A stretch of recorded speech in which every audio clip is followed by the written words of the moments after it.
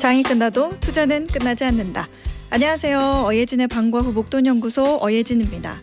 8월 25일 월요일 주식시장, 지난 금요일 제롬 파월 의장의 미국 금리 인하 시사 발언과 한미 정상회담 기대감에 강세 보이며 마감했습니다. 코스피는 1.36% 오르며 3,200선을 회복했고요. 코스닥은 2% 가까이 급등하면서 800선 회복을 목전에 두고 장을 마감했습니다. 자세한 내용 마켓 인사이트에서 알아보죠. 원달러 환율은 미국 금리 인하 기대감에 8원 50전 내린 1,384원의 거래를 마무리했습니다. 지금 이곳 목동의 기온은 33도인데요. 비 예보가 있어서 그런지 바람이 굉장히 세게 불더라고요. 바람 많이 부는 지역에 계신 우리 소중한 청취자분들 날아가지 않게 조심하세요. 네, 어예진의 방과 후 목돈연구소 시작합니다. 트와이스의 치얼업 들려드리면서 어예진의 방과 후 목돈연구소 문을 열었습니다. 안 그래도 오늘 날씨가 꾸리꾸리해서 뭔가 좀 신나는 노래를 들으면서 힘을 내야 된다고 생각했는데 마침 또 이렇게 치얼업이라는 노래로 오프닝을 시작을 하네요. 이승재님께서 소장님 쳐서 지났는데도 덥네요. 오늘 수업이 있었는데 하필 체육이어서 운동장에서 운동하다 보니까 어지럽고 더웠어요. 체육이 있어서 운동장에 나갔다는 얘기는 고등학생이신가요? 아니면 선생님이신가요? 아니면 학생 같은 선생님이실 수도 있겠네요.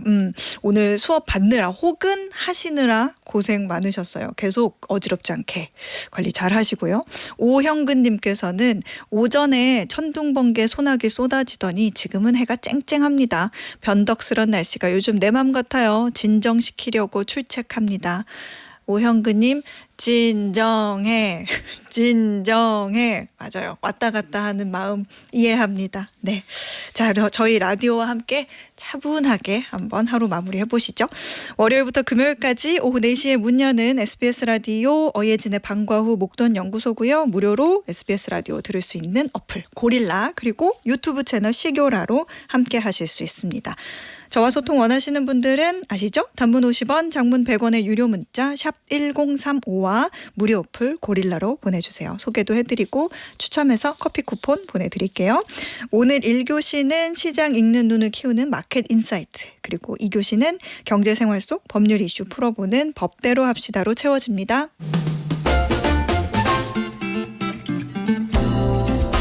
어예진이 직접 고른 꼭 알아야 할 뉴스 어뉴스, 오늘도 배달 왔습니다.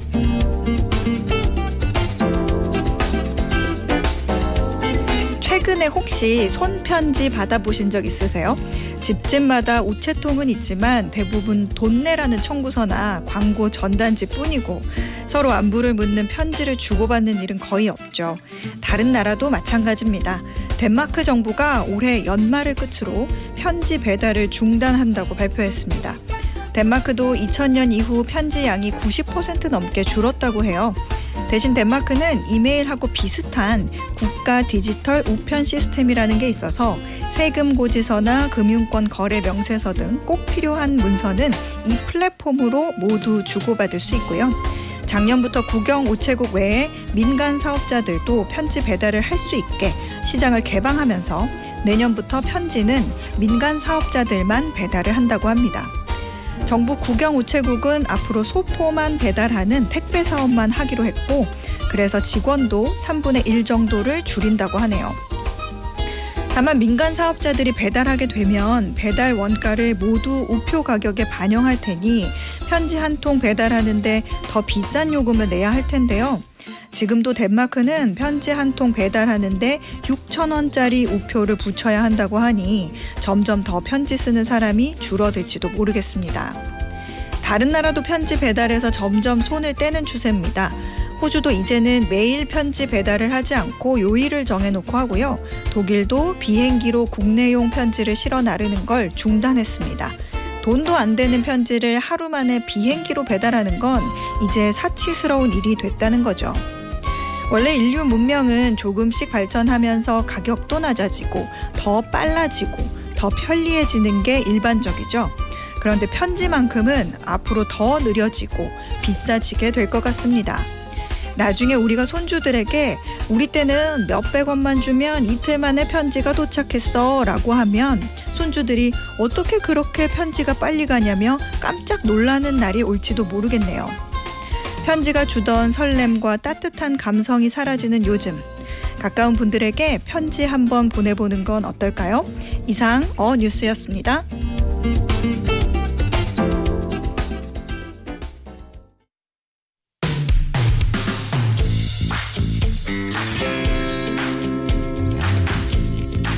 시장 읽는 눈을 키우는 마켓인사이트. 오늘은 NH투자증권 리서치본부 양지윤 책임연구원과 함께합니다. 어서 오세요. 네, 안녕하세요. 네, 오늘 코스피, 코스닥 어떻게 마감했는지 정리해볼까요? 네, 코스피 지수는 1.3% 상승했고 코스닥 지수는 1.98% 상승했습니다. 미국 시간으로 금요일 잭슨홀 미팅에서 파월 의장 연설이 예상보다 덜 매파적이었던 영향인데요. 네. 뉴욕 3대 지수 같은 경우에는 나란히 1% 중후반대 수익률을 기록했습니다. S&P 500 지수 같은 경우에는 5일 연속 하락한 것을 한 방에 거의 만회를 했고요. 다우존스 지수는 신고가를 경신을 했습니다. 그런데 오늘 코스피 같은 경우에는 그 정도의 오름폭에는 미치지 못했죠. 그 외국인 순매수가 한 200억 원 남짓에 그쳤기 때문인데요.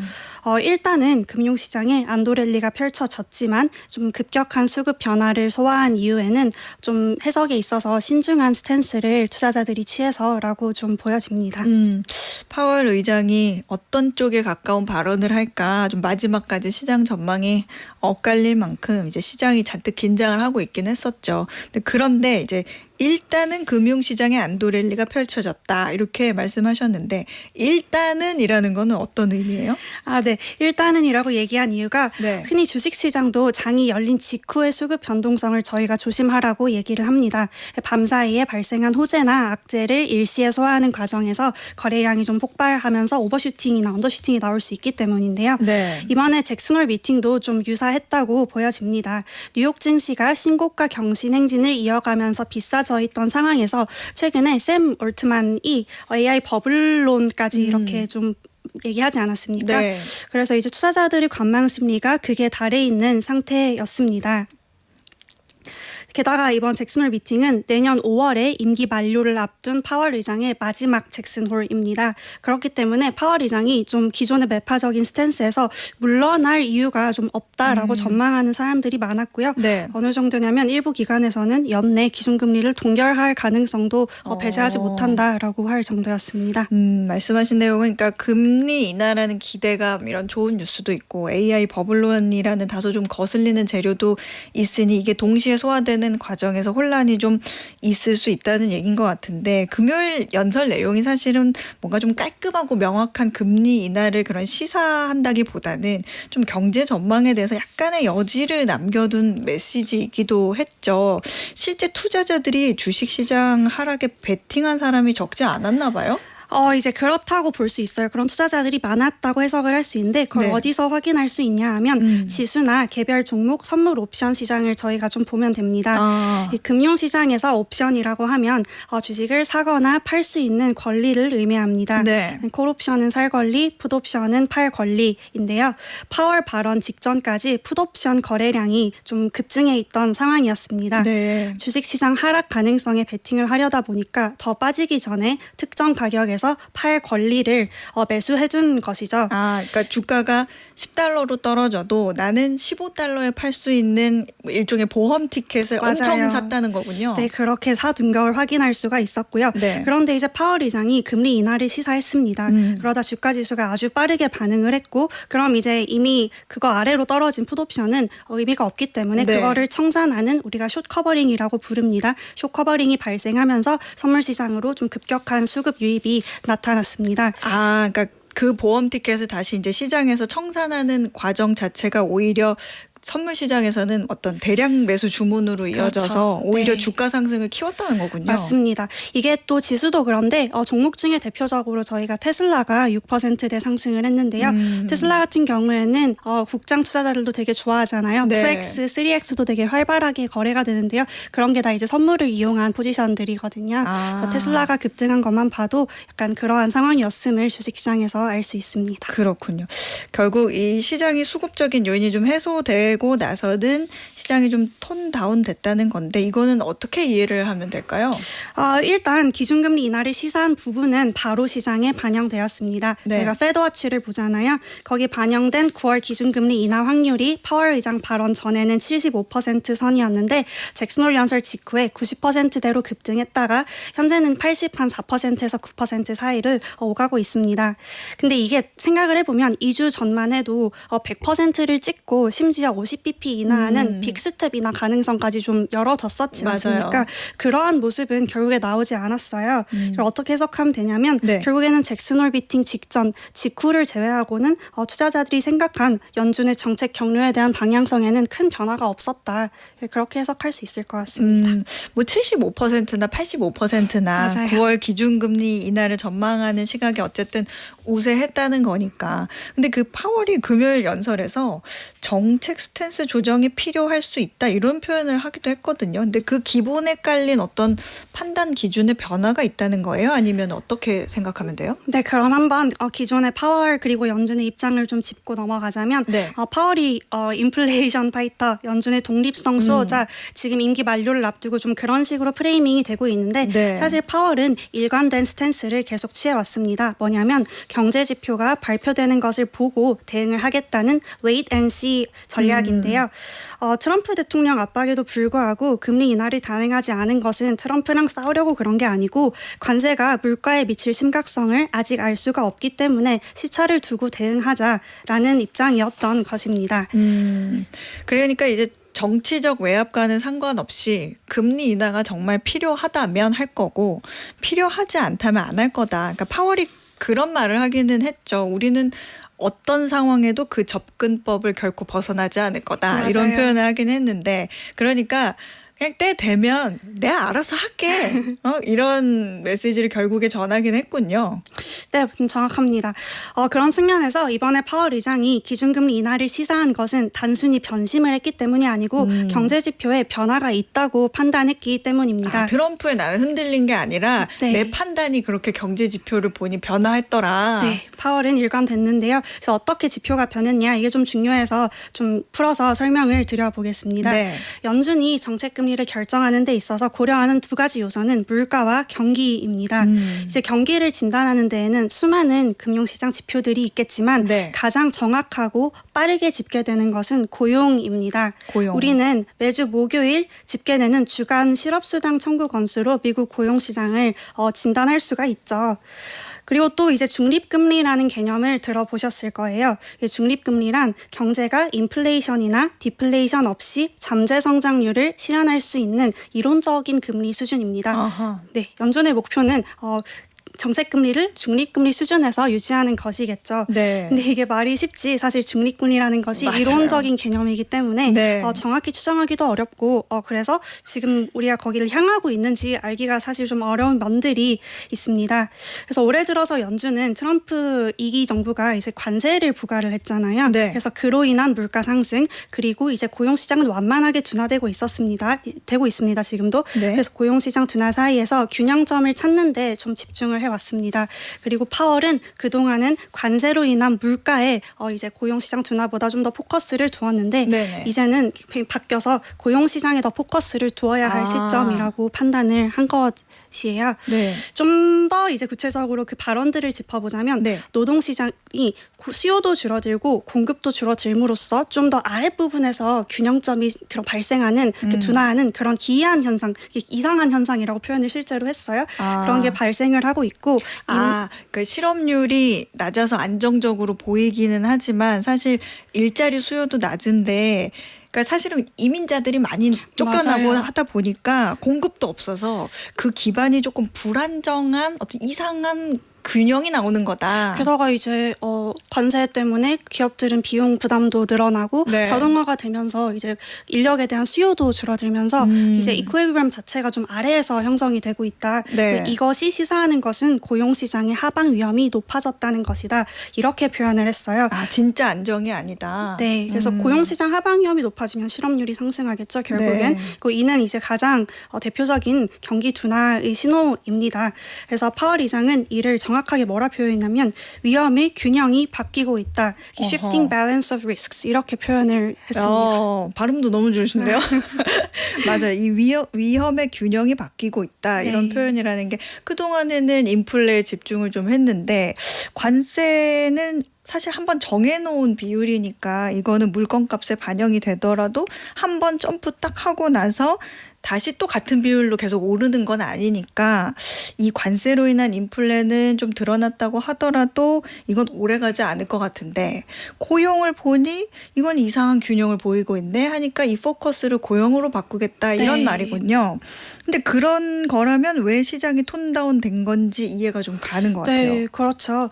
이제 연준의 기준금리 인하 전망을 좀 해보자면 연내 2차례 기준금리를 인하할 확률이 높다고 생각이 됩니다. 한 번 기준금리 인하를 시작을 하면 곧바로 그걸 철회하거나 선회하기에는 좀 어렵습니다. 그렇죠. 저희가 이제 작년을 예시로 들어보면 9월에 B컷 인하가 있었습니다. 그러고 나서 사실 바로 실업률이 잡혔거든요. 그럼에도 불구하고 12월까지 2차례 더 기준금리 인하를 지속했습니다. 연준 입장에서 바로 정책을 선회해버리면 정책이 실패했냐 이런 말을 듣기에도 쉽고 그렇죠. 혹은 지금 같은 상황이면 뭐 트럼프 때문에 그러냐 이런 말을 듣고 싶지도 않을 거고 그렇기 때문에 9월 기준금리 인하가 현실화가 된다면 사실상 이제 12월까지 2차례 좀 패키지 인하를 저희가 전망을 하고 있습니다. 그렇군요. 그리고 사실 이제 내년 1월 말 정도 되면 차기 연준 의장이 선출이 될 거란 말이죠. 그러면 이제 아무래도 친트럼프계 인사가 될 가능성이 높겠죠. 그렇죠. 네, 그렇게 되면 또 이제 중간 선거 있는 11월 전까지는 좀 기준금리 인하 기조가 이어지지 않을까 그렇게 저희는 금리 경로를 전망하고 있습니다. 그렇군요. 그리고 금리 얘기, 파월 의장의 연설 얘기 이렇게 쭉 정리를 해봤고 좀 업종 얘기로 넘어가 보죠. 요즘에 국장을 보면 좀 변동성이 크다는 얘기들이 좀 나오는데 오늘은 그래도 한미 정상회담이 예정이 돼 있으니까 좀 그 회담에서 나올 법한 기대가 예상되는 종목들이 뭐 오르거나 좀 그런 모습을 보이기는 했는데 조선, 방산, 원전, 전력기기 이런 잘 나가던 주도주가 무섭게 빠지기도 했단 말이죠. 이런 이유는 어디서 좀 찾을 수 있을까요? 주도주가 높은 변동성을 보이는 이유는 트럼프 정책 이 되게 미지의 영역이 아직 크기 때문입니다. 사실 이들이 주도주 위치에 오른 게 불과 작년밖에 되지 않았어요. 트럼프가 당선이 되면서 트럼프 수혜주라고 주목을 받기 시작한 업종들입니다. 사실 이들 업종이 조선, 방산, 뭐 전력기기, 원전 다 좀 수주 산업이죠. 그래서 저희가 묶어서 약간 신산업체, 네오 인더스트리얼스 이렇게 부르기도 하는데요. 결국에 이들이 대규모 수주를 기반으로 하고 있기 때문에 미래에 수주 잔고가 쌓일수록 수주는 이제 좀 대규모고 장기간에 걸쳐서 저희가 수주가 이제 나왔다 하면 몇 년에 걸쳐 뭐 얼마 규모 이렇게 나오잖아요. 그래서 이렇게 미래 수주 잔고가 쌓이면 이거를 좀 끌어와가지고 멀티플 확장이 가능을 합니다. 그런데 이제 트럼프가 계속 이렇게 정책 말을 바꾸게 되면 미래의 현금 흐름에 어떻게 보면 차질이 생기는 거고 그럼 이제 주가가 예민하게 반응을 할 수밖에 없죠. 아무래도. 그렇군요. 하긴 뭐 조선도 미국이 뭐 마스카 프로젝트 수익의 뭐 90%를 가져간다느니 원전 같은 것도 뭐 웨스팅하우스랑 불공정 계약이네 뭐네 이런 얘기 나오고 전력기기도 뭐 철강, 알루미늄 추가 관세 대상에 포함된다. 이런 식의 보도들이 너무 혼란스럽게 하는 얘기들이 나오니까 급락을 보이기도 하고 그러면서 그런 게 아닐까 이런 식의 우려가 좀 나오죠. 바로 그런 부분들이 이제 문제가 되는데요. 사실 아직 구체화된 부분이 없기 때문에 이렇게 뉴스 기사나 트럼프 발언 한마디에 주가가 요동치고 있는 것으로 보여져요. 뭐 조선 같은 경우에도 출자 비율이 1:9면 수익을 1:9로 배분하는 건 아무런 문제가 되지 않습니다. 웨스팅하우스의 경우에도 뭐 캐나다계 기업이고요. 얘네가 사실 되게 못해왔어요. 트랙 레코드가 좋지 않아서 우리 팀 코리아의 기술력 없이는 혼자서는 뭘 할 수 있는 그런 입장이 아니에요. 그리고 이런 계약 내용 같은 경우에도 1월에 이미 좀 유출이 됐었는데 이번에 다시 좀 부정적으로 보도가 이슈가 된 그런 부분이 크고요. 네.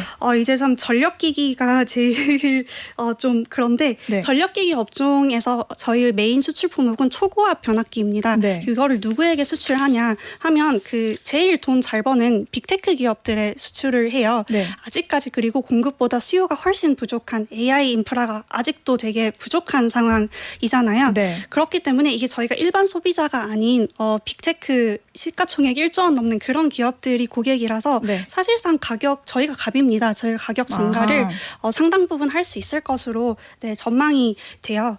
이게 좀 웃긴 게 지난주 주식시장만 봐도 금요일 날 네. 한미 정상회담을 위해서 출국할 것이라고 알려진 재계 인사들 있잖아요. 뭐 네. 삼성, 이재용부터 해가지고 뭐 현대차, LG, 뭐 GS, 하나 이런 그 출국한 사람들이 속한 그룹의 주가가 다 좀 상승을 하는 거예요. 이런 식으로 좀 뭐가 밝혀진 것도 없는데 너무 좀 앞서서 일희일비하는 경향이 있지 않나라는 생각이 들고요. 펀더멘탈의 변화가 없는데 이게 좀 공포감에 좀 많이 빠진 업종 같은 경우에는 오히려 매수의 기회로 활용해도 좋을 것 같다라는 생각입니다. 어쨌든 잭슨홀은 지나갔고 이번 주에는 어떤 이벤트에 주목해야 될까요? 일단 정상회담 있잖아요. 네, 오늘 밤인데요. 네. 이제 오늘 밤이고요. 또 이제 목요일 새벽에 엔비디아 실적 발표가 예정이 되어 있습니다.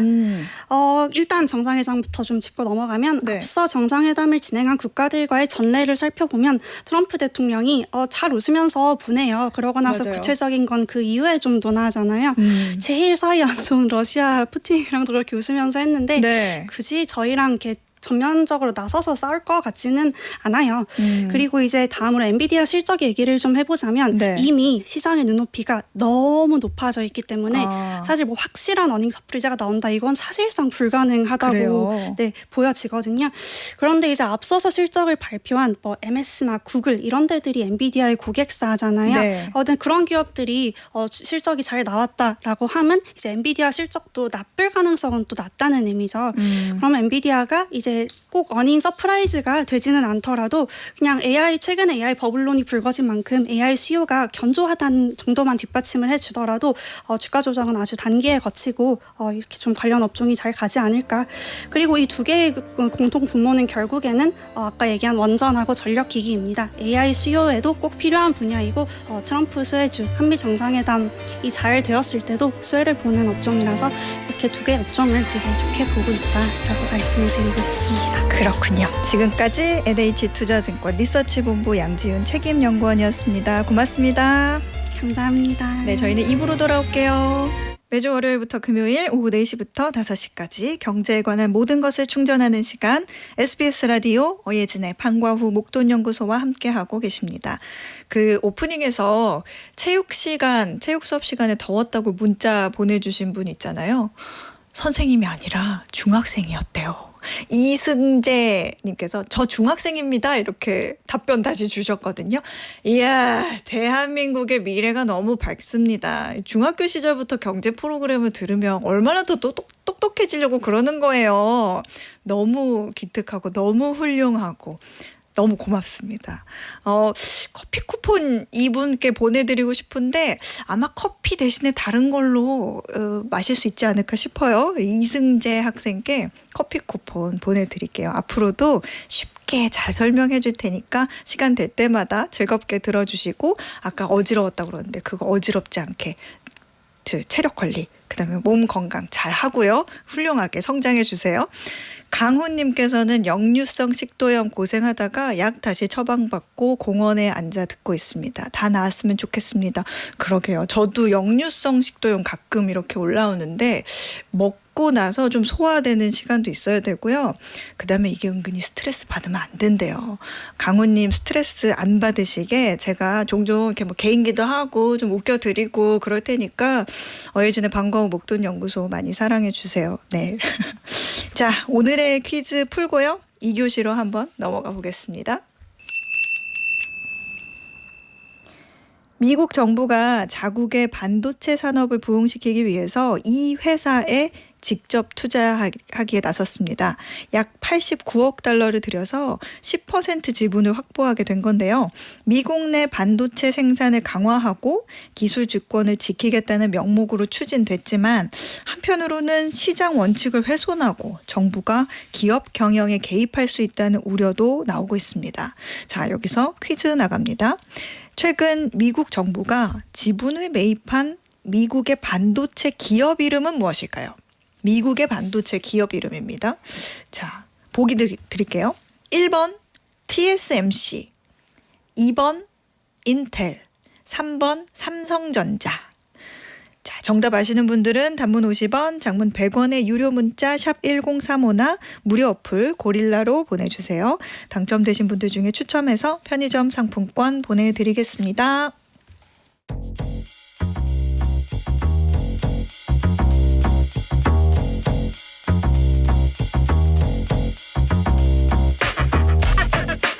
생활에 꼭 필요한 법 이야기 법대로 합시다. 오늘도 법무법인 로인의 조세영 변호사가 알려드려요. 어서 오세요. 안녕하세요. 조세영 변호사입니다. 네, 변호사님 오늘은 어떤 법 이야기 나눠볼까요? 네, 오늘은 구직자들의 마음을 두 번 울리는 취업 사기에 대해서 말씀을 드리려고 하는데요. 요즘에는 대기업 사이트를 사칭한 채용 피싱 사이트가 실제처럼 꾸며져서 개인정보만 탈취하는 일도 있고요. 네. 화상 면접을 위해서 앱을 설치해야 된다라고 유도를 해서 휴대폰을 원격 조종해서 돈을 빼가기도 한다고 합니다. 그리고 해외에서는 캄보디아 등지에 고수익 일자리를 미끼로 감금, 가혹행위까지 이루어진 사건도 보도되고 있습니다. 이게 최근에 그런 얘기도 있었잖아요. 대형 영화관 그 CGV에서 직원을 채용한다 이렇게 것처럼 위장을 해가지고 피싱 사건이 하나 있었다. 그런 얘기 들었거든요. 맞습니다. 좀 간도 크죠.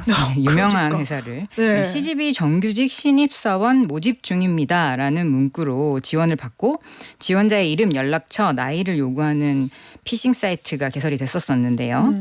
취업하고자 하는 지원자들의 간절한 마음을 이용해서 개인정보를 빼가는 사기 수법이었습니다. 이게 정말 간절할 때는 뭐든지 자꾸 해보려고 하게 되잖아요. 의지가 있다 보니까. 그러면은 이게 가짜인지 진짜인지 구분하기도 전에 손가락이 먼저 간다고요. 근데 우리가 이런 경우를 대비해서 진짜 채용 사이트하고 가짜 사이트를 구별하는 방법을 좀 알아야 될 것 같아요. 네, 우선 URL을 좀 주목해서 살펴보셔야 되는데요. 네. 공식 채용의 경우에는 기업 자체의 도메인을 그대로 쓰거나 또는 검증된 채용 사이트에서 모집을 하는데 반해서 네. 피싱 사이트는 좀 낯설게 생긴 도메인을 쓰고요.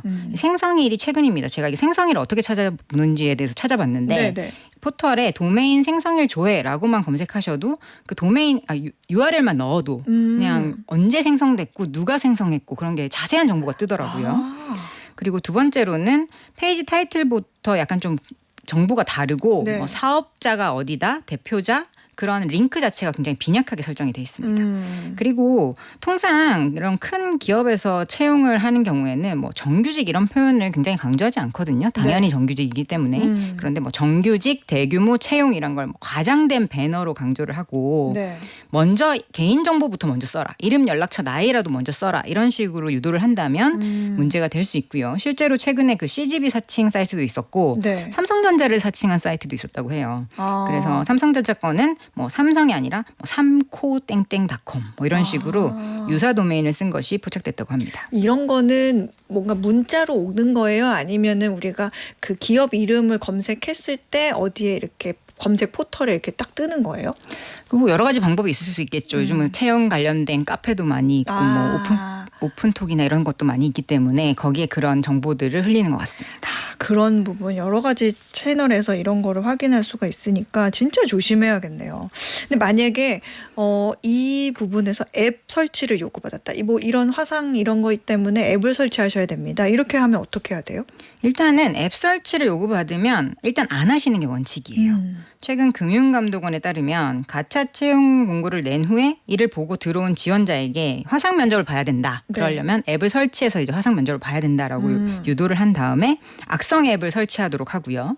그 악성 앱이 설치되면 이제 아예 핸드폰 자체가 원격 조종이 된다고 합니다. 그러면 뭐 계좌도 털리고 아이고.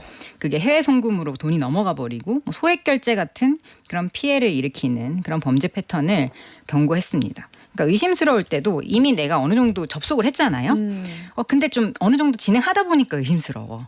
그러면은 그때 공식 전화번호 확인을 해야 되잖아요. 네. 그때 그 검색이나 통화 같은 것을 해당 휴대전화로 하지 마시고 옆에 있는 가족이나 친구의 전화기로 다시 전화를 하시는 게 안전해요. 왜냐하면 이미 내 전화기가 악성 앱에 깔려서 통화 연결이 가로채지는 경우가 있기 때문에 그렇게 확인하시는 게 좋고, 일반적으로 뭐 채용 과정 많이 겪어보셨겠지만 이 채용 담당자가 개인의 휴대폰으로 문자 메시지를 따로 보내거나 뭐 모바일 메신저로 대화를 유도하는 일은 거의 없다고 없죠. 보시면 돼요.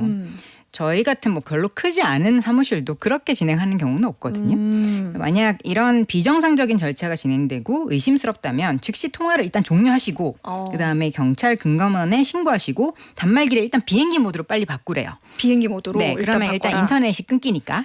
그러고 나서 뭐 전체 핸드폰을 초기화하는 그런 방법들이 있습니다. 그래서 빠르게 조치하시는 게 좋겠습니다.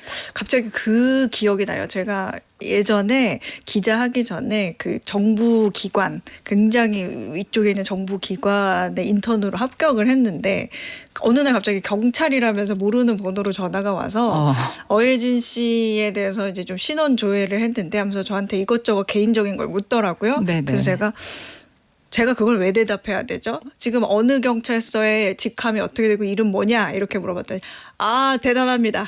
아주 좋아요 하더니 끊더라고요. 뭐죠? 결국에 합격을 하기는 했는데 그러니까 항상 이렇게 의심을 하는 그 습관이 그 정부 기관에 합격할 만한 그 인재였다 이렇게 판단을 했다는 나중에 평가를 이렇게 건너듣긴 했는데 제 생각에는 개인정보를 흘려서 그런 식으로 뭔가 경찰을 사칭한 그런 전화가 아니었을까. 그래서 의심을 잔뜩 하면서 당신 누구냐, 어디에 잘하셨네요. 누구냐, 이름 대라 이렇게 했던 기억이 나서 역시 소장님 어릴 때부터 굉장히 그래서 열심히 잘하셨습니다. 항상 우리가 의리라고 생각해서 간절하긴 하지만 그래도 이런 부분은 확실하게 확인을 하고 김양현님도 그러셨어요. 가뜩이나 청년 실업으로 고민 중인 지인들 많은데 정말 정신 똑띠 차려야 하는 시대입니다. 정말 정신 똑띠 차리고 속지 않도록 노력을 해야겠네요. 그 요즘 문자 메시지로요. 간단 업무 고수의 이런 광고 많이 오거든요. 저도 네. 받아봤어요. 네, 저도 뭐 며칠에 한 번씩 문자가 오기도 네. 하고 그러더라고요. 근데 업무 내용으로 뭐 리뷰를 쓰거나 좋아요를 누르거나 이미지 평가 같은 간단한 작업을 시키고 앱에 이렇게 가짜 수익 화면을 보여준 뒤에 이만큼 당신이 활동한 것에 대해 수익이 발생했다라고 보여주는 식이에요. 이런 내용들이. 그래서 점차 이거는 조금 더 상위 등급 작업을 넘어가려면 우선 좀 이렇게 작업 비용으로 선입금을 좀 해야 된다. 뭐 코인 충전을 해서 그 다음에 작업을 진행해야 된다. 이런 식으로 요구를 해서 그 돈을 좀 빼가는 사기 수법이라고 합니다. 그래서 사무실 면접 없이 메신저로 먼저 접근을 한다든지 출근하기에 앞서 먼저 입금을 요구하는 경우면 사실 100% 의심하셔야 되는 상황이라고 보시면 돼요. 그렇군요.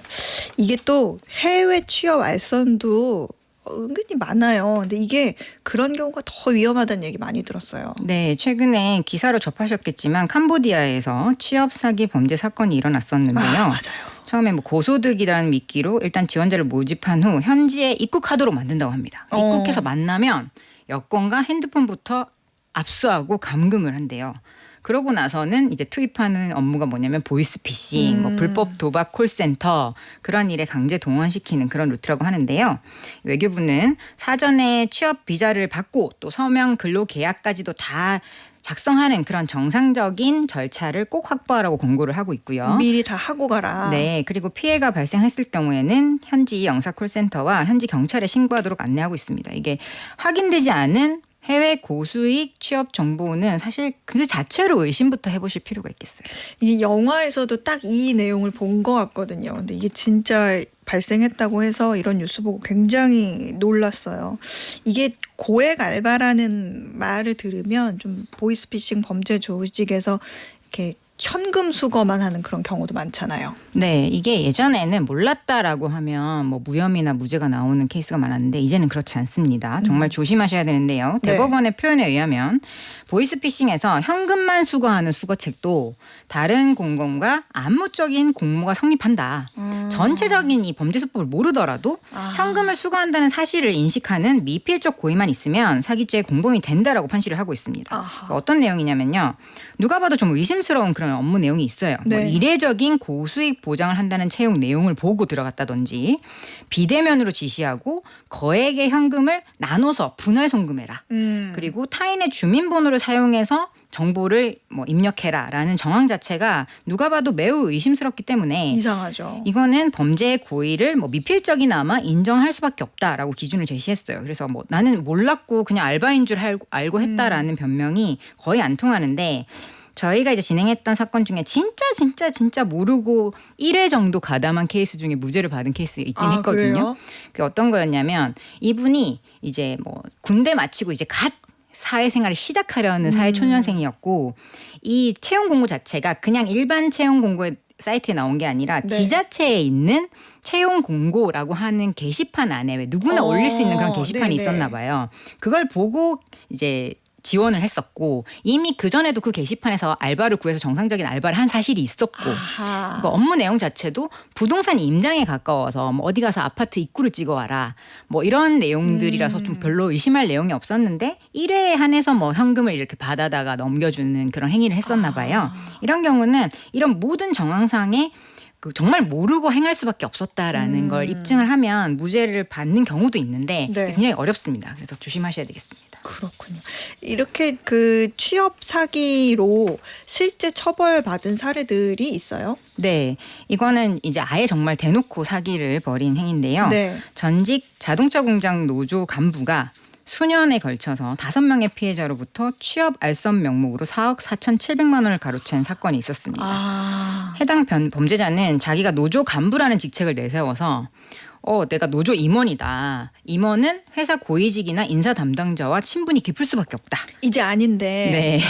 그래서 당신 아들 취직 정도는 내가 충분히 책임질 수 있다라는 식으로 영향력이 있는 것처럼 피해자를 속여서 수천만 원씩을 가로챘지만 실제로 채용이 이루어지지 않았다고 합니다. 그래서 형사 고소가 됐는데 그 이후에 돌연 사직하는 그런 절차를 밟았다고 하는데요. 네. 결국 최종적으로 징역 3년 6개월형에 처해졌습니다. 그렇군요. 이게 또 아까도 좀 비슷한 경우가 있긴 했지만 사업에 투자를 하면 취업을 시켜주겠다. 또 이런 사례도 있잖아요. 네, 이게 굉장히 그럴싸한 말을 써요. 이 사건은 한 사기꾼이 피해자에게 내가 친한 지인이 미국에 있는 신재생 에너지 개발 사업 회사로부터 엄청 큰 회사가 있는데 네. 거기 아시아 지역 사업 독점권을 받았다.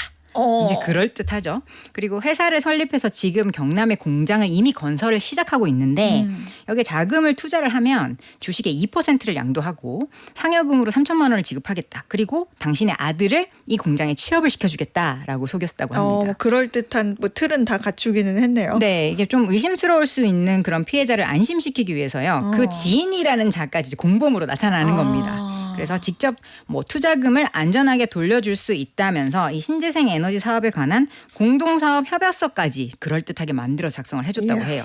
그래서 피해자로부터 투자금 명목으로 2억 8천만 원을 받아내서 빼돌렸습니다. 나중에 알고 보니까 뭐 경남지사로부터 바이오매스 가스화 에너지 발전 사업 허가만 딱 받았을 뿐이고 뭐 공장 설립도 없었고 자금도 없었고 거기에 투자하기로 한 어떤 투자자도 없었던 그런 뭐 허울 좋은 종이만 있는 그런 상태였고요. 네. 결국 사기 혐의로 재판을 받게 되었고 공범들은 각각 징역 1년 6개월과 징역 2년형을 선고받았습니다. 아예 본인의 직업을 속이면서 진짜 취업 사기 하는 사람들도 있잖아요. 네, 자기가 공무원이다, 네. 5급 사무관이다라고 거짓말을 한 케이스가 있었는데요. 자기가 정부기관에서 일하는 사무관이다라고 칭하면서 피해자들에게 나는 이 정부기관과 함께 민간 사업을 추진하는 민간투자사업단의 대리인이다. 이 사업에 자녀를 별정직 공무원으로 내가 채용을 시켜줄 파워가 있다. 이렇게 얘기를 한 거예요. 그래서 피해자 2명으로부터 뭐 각종 등록비, 뭐 채용 비용 명목으로 금액도 큽니다. 총 10억 3천여만 원을 편취를 했고요. 경찰 조사 결과 해당 가해자는 공무원이 전혀 아니었고 뭐 민간 투자 사업단이라는 것에 실체도 없었다는 것으로 드러났습니다. 결국 그 가해자는 특경법 위반으로 징역 5년형을 선고받았습니다. 그렇군요. 택배차를 사면 뭐 택배 업체에 취업을 시켜주겠다고 속이는 경우도 있다고 들었거든요. 아, 이게 진짜 악질적인데요. 이게 구인구직 사이트에 택배차 기사 모집글을 보고 네. 지원을 했는데 업체는 월 500만 원 이상의 수익을 보장한다고 하면서 단 일 시작하기 전에 택배차를 직접 구매를 해야 취업이 가능하다라는 조건을 붙였다고 해요. 네. 그래서 구직자는 그게 너무 이제 간절하니까 캐피탈 업체를 소개받아서 그 업체를 통해서 총 2,180만 원을 들여서 차를 미리 샀습니다. 근데 그 차값이 1,400만 원짜리 차였고요. 네. 일단 여기서 속았죠. 그러고 나서 빚을 지고 차만 구매한 후에 기다리고 있었는데 정작 일거리는 한 건도 받지 못한 채 매달 뭐 대출 이자로만 52만 원씩 계속 내게 되었던 거예요. 그래서 업체 측에 이게 뭐냐 계약 해지를 요구하니까 적반하장으로 위약금 600만 원을 내면 해지해 주겠다. 뭐 이런 식으로 나왔다고 합니다. 이게 택배차 강매 사기가 주로 사회 초년생 그리고 청년 구직자를 타깃으로 벌어지는 행위고요. 네. 피해자만 수백 명일 정도로 이게 좀 만연해 있는 부분이라서 이런 내용이 있으시면 절대로 지원을 하시면 안 되겠습니다. 완전 사기라기보다는 만약에 채용 공고나 면접 때 들은 뭐 급여나 휴가 이런 조건들이 실제 계약과 다른 경우는 우리가 어떻게 판단을 해요? 그런 사례들이 있어요. 네. 그러니까 어떤 사람이 있었는데 오랜 기간 취업 준비를 하다가 드디어 3개월 전에 취직을 하게 돼서 정말 기뻤다고 합니다. 그런데 출근 첫날 생각지도 못한 말을 들었는데요. 자기는 사무직으로 알고 지원을 했는데 알고 보니 하루 종일 제품을 판매해야 되는 영업일을 하라고 했고 게다가 정규직으로 지원을 했는데 계약직이었다고 합니다. 어허. 공고와 현저히 다른 조건 강요는 허위 과장 공고에 해당할 수 있고요. 그런 업무를 지시를 하면 고용노동부에 구제 신청을 대상이 될 수가 있습니다. 그리고 이게 만약에 직업 소개서를 통해서 받은 직업 소개인데 허위 공고였다라는 경우라면 직업안정법에 따라서 5년 이하의 징역 또는 5천만 원 이하의 벌금에 처해질 수 있습니다. 채용 지원하다가 혹시 뭐 공인인증서나 뭐 OTP 신분증 스캔 보내주세요. 이거는 불법이에요? 네. 채용과 무관하잖아요. 사실은. 네. 공인인증서와 OTP가 왜 필요합니까? 그냥 월급 받을 통장 사본 정도만 보통 요구를 받거든요. 그래서 채용과 무관한 개인정보 인증수단 요구는 전형적인 피싱이라고 보시고 바로 피하셔야 되고요. 네. 이 정보를 그냥 노출하게 되면 뭐 나도 모르는 대출, 결제, 뭐 계정 탈취 같은 범죄가 이루어지게 됩니다. 난리 납니다. 그래서 만약 피해를 당했다면 앞서 말씀드린 대로 뭐 계좌 지급 정지 그리고 단말기 초기화부터 하시고 경찰과 금감원에 신고해서 추적하고 차단하도록 요청하셔야 되겠습니다.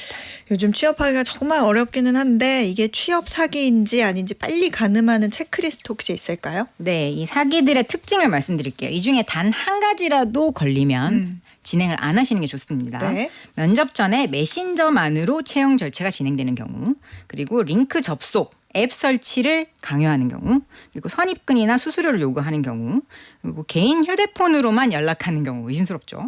그리고 도메인이 공식 도메인과 전혀 다르고 생성일을 넣어봤더니 너무 최근이다 이런 경우 그리고 공고 내용이 누가 봐도 간단한 일인데 너무 고수익이다 이러면 의심을 하셔야 되고요. 신분증, OTP, 공인인증서를 요구하는 경우 그리고 실문 대면 확인 없이 원격으로만 계속 확인이 돼서 뭐 취업되었습니다. 이런 경우는 의심을 해보셔야 돼요. 그리고 근로계약서를 원래 무조건 교부하게 되어 있는데 근로계약서를 교부하지 않는다든지 회사 자체의 주소나 뭐 대표 이름, 사업자 정보 같은 걸 공개하지 않는 경우 이런 경우는 단 한 가지라도 예에 해당하시면 즉시 중단하고 정확한 정보를 확인해 보시는 것이 좋겠습니다. 알겠습니다. 자, 지금까지 법무법인 로인의 조세영 변호사였습니다. 고맙습니다. 감사합니다. 오늘 퀴즈 정답 확인해보죠. 정답은 2번 인텔이었습니다. 미국 정부가 반도체 산업을 키운다는 명분으로 인텔의 지분 10%를 확보하면서 최대 주주가 됐습니다만 시장 원칙을 흔드는 행보라는 지적도 받고 있죠. 정답 보내주신 분들 중에서 오늘 편의점 상품권 받을 두 분은요. 신용재님, 어예진의 방과 후 목돈연구소 나오는 게스트분들 너무 설명 잘해주세요. 귀에 쏙쏙 들어와서 매일 잘 듣고 있어요. 이렇게 보내주시면서 정답 맞춰주셨고요. 0490님, 귀로 듣는 경제신문 어박목 어소장님 화이팅 이렇게 보내주셨네요. 감사합니다. 0490님. 자, 오늘 끝곡 소개해드려야죠. 오늘 끝곡은요. 부활의 생각이 나와 함께 물러가겠습니다. 내일도 아마 제 생각 나실 거예요, 여러분. 저는 내일 4시에 다시 오겠습니다. 고맙습니다.